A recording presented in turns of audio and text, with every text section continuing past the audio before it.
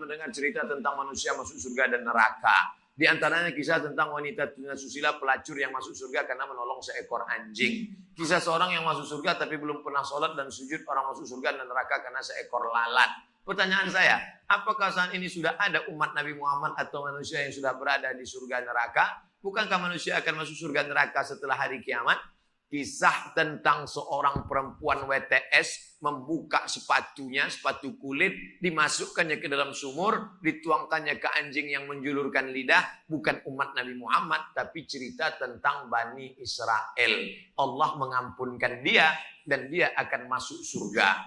Apakah di surga itu sekarang sudah ada orang di dalamnya? Nabi Muhammad dulu masuk ke surga untuk apa? Meninjau-ninjau, menengok.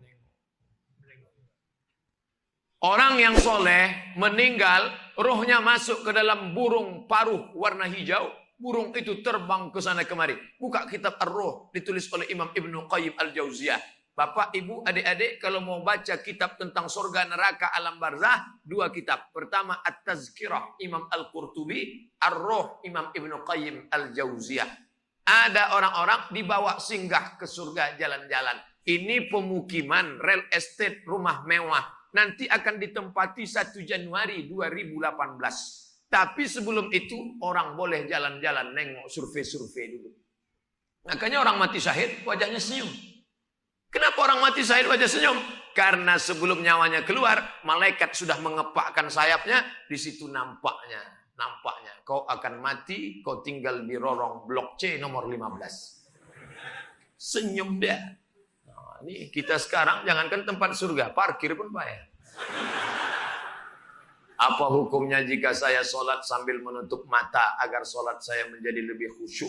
Apakah ini tak boleh Pak Ustadz? Sebab dulu saya pernah tanya hal ini pada dosen agama, katanya ini tak boleh. Karena dianggap tak sopan pada Allah. Sementara jika mata saya terbuka, saya sulit untuk khusyuk. Adakah solusi untuk saya Pak Ustadz? Thanks.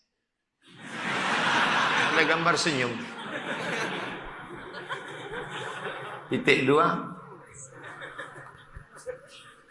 Sekarang saya mau menunjukkan beberapa riwayat sahabat Nabi itu sholatnya pejam mata atau buka mata. Jangan jawab. Nabi jadi imam, sahabat di belakang. Ketika sedang sholat, Nabi buka selopnya, sendalnya. Waktu itu Masjid Nabawi pasir.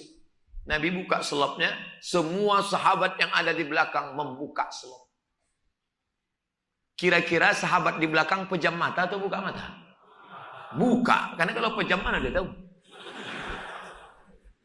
Uqtulul aswadaini fi shalah. Bunuhlah 2 yang hitam ketika kau sedang sholat. Allahu Akbar. Lewat 2 yang hitam. Apa yang hitam itu? Kalajengking dengan ular. Bunuh.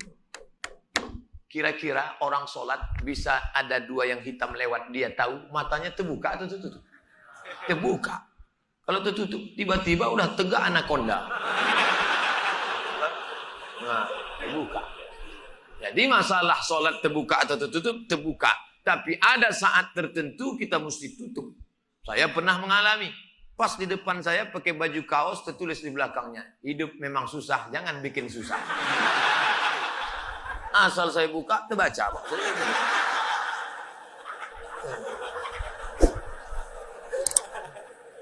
Jangan sholat ke masjid pakai baju bergambar-gambar, bertulis-tulis, pakai baju polos.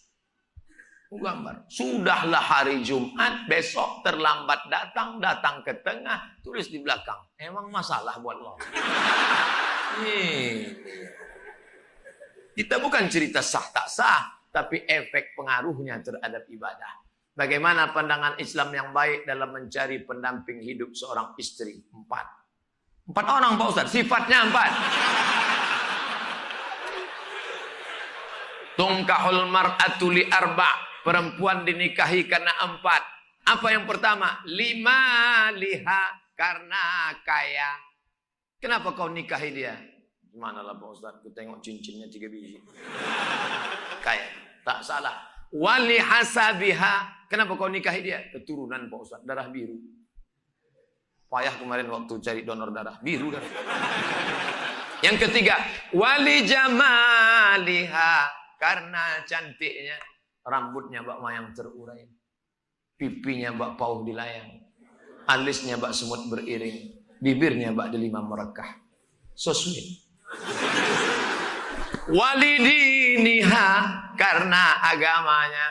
Fazfar bidzatiddin, pandang karena agamanya. Kau nikahi karena sukunya. Berapa banyak orang melanggar pantangan suku, dipecat dari suku. Kau nikahi dia karena kayanya, hartanya hilang melayang, kau tak suka lagi. Kau nikahi karena bentuk rupa, perempuan bagaikan bunga, kuntum mekar, setelah itu layu, semuanya layu, dia akan berubah. Nikahilah karena agamanya.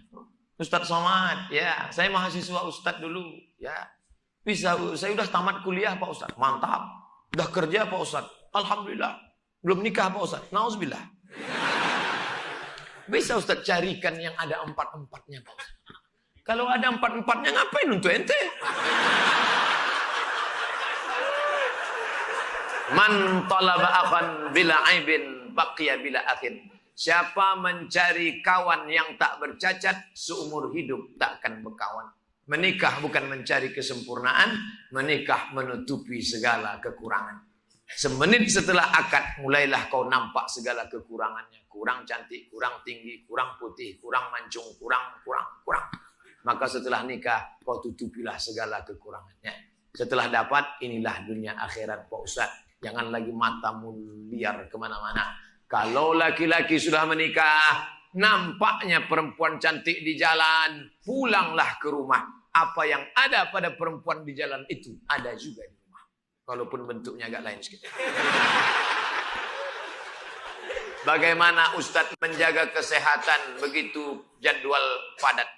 Tadi masuk WA ke sahabat kita, apa kata dia? Kalaulah Ustadz Somad itu made in Jepang, sudah lama rontok. Lalu apa yang Ustadz minum, apa yang Ustadz makan? Semuanya doa jamaah. Cobalah tengok di YouTube, di Twitter, di Facebook, di BBM, doa jamaah. Amin, amin, amin, amin, amin. Semoga Ustadz sehat, semoga Ustadz istiqomah, semoga doa menumpang tuah pada doa, mulut-mulut, tangan-tangan yang soleh. Mudah-mudahan kita bersatu dalam kebaikan insyaallah. Berapa takbir Idul Fitri Pak Ustadz? Berapa hari? Dari mulai tenggelam matahari sore, petang, malam takbir, sampai sore tanggal 13. 10, 11, 12, 13. Allahu Akbar, Allahu Akbar, Allahu Akbar. La ilaha illallah, wallahu akbar. Allahu Akbar walillahil hamd. Sampai jam 2 malam suara tak serak-serak. Begitu ditengok, rupanya flash disk. Janganlah flash disk, orang lah. Ini banyak nanti flash disk ini masuk surga. CD masuk surga, flash disk masuk surga. Dilatihlah anak-anak muda kita. Latih anak-anak muda. Nih, takbir bukan cuma di masjid. Selama 4 hari itu takbir. Anak-anak, ibu-ibu di rumah sambil masak opor, masak rendang, masak gulai kambing. Allahu Akbar, Allahu Akbar. La ilaha illallah. Garamnya kurang. Apa yang membuat Ustadz tetap istiqomah berdakwah dari masjid satu ke masjid lain? Bukankah Ustadz sudah ada tawaran TV swasta untuk mengajak Ustadz mengisi acara di salah satu stasiun TV yang kita semua sudah tahu kalau tampil di TV bayarannya besar.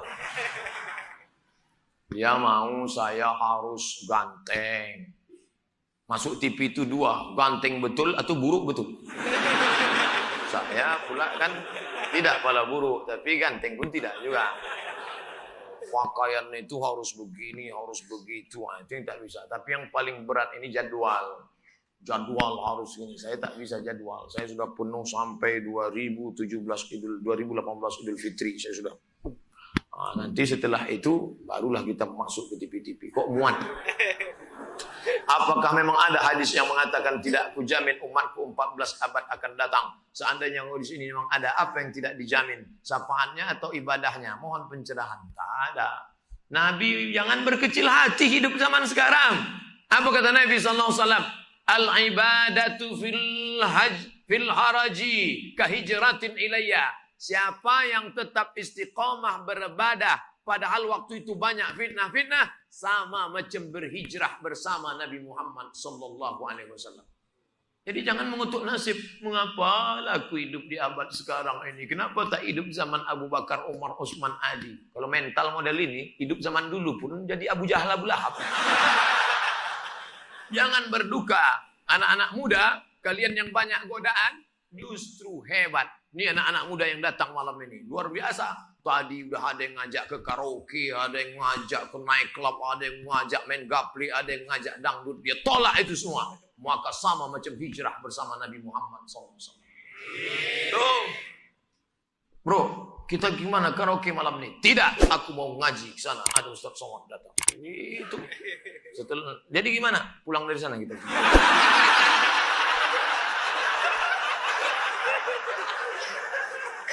Ada suatu hadis yang mengatakan bahwa menikah itu adalah sunnahku.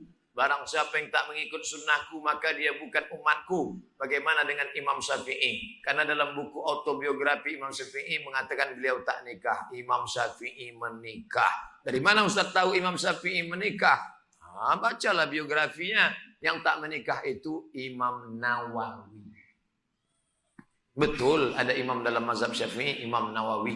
Imam Nawawi tak menikah. Imam Ibnu Taimiyah tak menikah. Sayyid Qutb penulis fi Zilalil Quran tak menikah. Syekh Abdul Fattah Abu Ghuddah menulis satu kitab judulnya Al-Ulama Al-Uzzab Alladzina Atharul Ilma Ala Zawaj. Biografi ulama-ulama yang tak menikah sampai mati karena lebih memilih ilmu daripada nikah. Kenapa Ibnu Taimiyah tak menikah? Kalau Ibnu Taimiyah menikah, istrinya itu pasti tetap tinggal karena dia lebih lama di penjara daripada di luar penjara. Sayyid Qutb digantung 1966, mati dalam keadaan ditulisnya tafsir itu di penjara. Maka mereka itu memikirkan mudaratnya lebih besar. Tapi kalian yang muda sekarang jangan kalian ikut ini. Zaman Imam Nawawi dulu dia tak menikah, perempuan zaman itu biji matanya aja yang nampak. Godaan tak kuat. Zaman sekarang perempuan biji matanya tertutup, yang lain terbuka.